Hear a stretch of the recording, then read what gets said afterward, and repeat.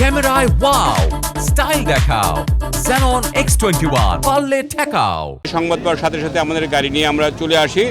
আসতে দেখি রাস্তা থেকে অনুমান করতে পারি আগুনটা বড় হইতে পারে, সেই জন্য আরেকটা স্টেশন আমি মুভ করাই, কিন্তু ওই স্টেশনে এসে কাজ করার প্রয়োজন পড়ে না। আমাদের টাঙ্গাইল ফায়ার স্টেশনে এসে আমরা তিনটা গাড়ি আসছি, আমরা তিনটা গাড়ি এসে টোটাল আগুন নির্বাপন করে ফেলি। আগুনের সূত্রপাতটা এখন বলতে পারবো না, আমরা এখনও নির্বাপন প্রায় শেষ হয় না, এখনও চলতেছে, কাজ চলতেছে, সম্পূর্ণ নির্বাপন শেষ হয় না, কাজ চলতেছে। নির্বাপন শেষে আমরা বলতে পারবো। এইটা একটা দোকানে এই যে ব্যাটারি ট্যাটারি ছিল এবং টায়ার টিউব ছিল একটা দোকান, আর পাশের দোকানটা খালি ছিল, এটার মধ্যে মূলত আগুনটা লেগেছিল।